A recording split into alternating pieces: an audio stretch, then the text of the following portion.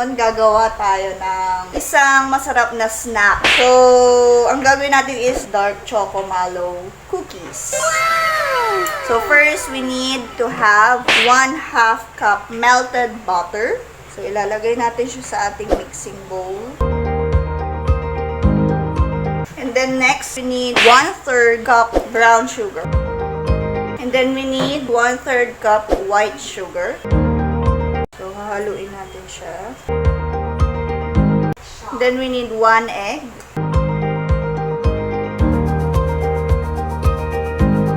Then, next, lalagay naman natin ang ating mga dry ingredients. So, we have here 1/2 cup all-purpose flour. Hindi naman sinabing isif, pero isisif ko na din.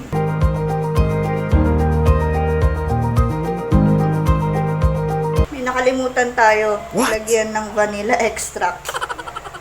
So, let's put 1/2 teaspoon of vanilla extract. And then, we put 1/2 teaspoon ng ating baking soda. And then, 1/2 teaspoon of salt. Ayan. So, i-fold natin.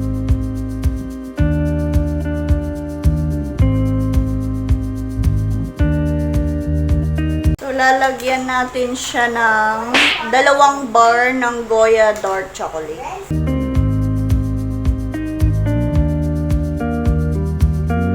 Kung gusto nyo milk chocolate, pwede rin naman.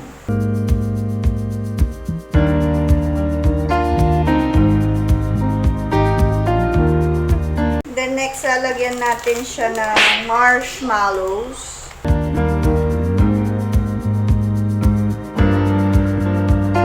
So, kapag okay na, ilalagay natin siya sa refrigerator and let it chill for at least 15 minutes. 15 minutes later. After 15 minutes, kapag na-set na yung ating cookie butter, lulutuin na natin siya sa pan. So, heat natin yung pan in a very low heat. And then, bibilugin na natin yung ating mga cookies. So, kapag mainit na, ilalagay na natin ang ating cookies.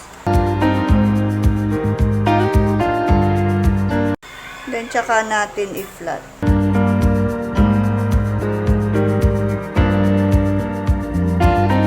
And then, tatakpan natin siya. For 5 to 7 minutes. A few inches later.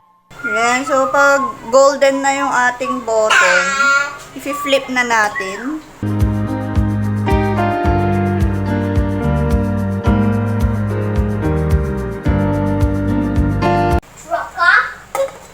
So, for another 7 minutes. A few moments later.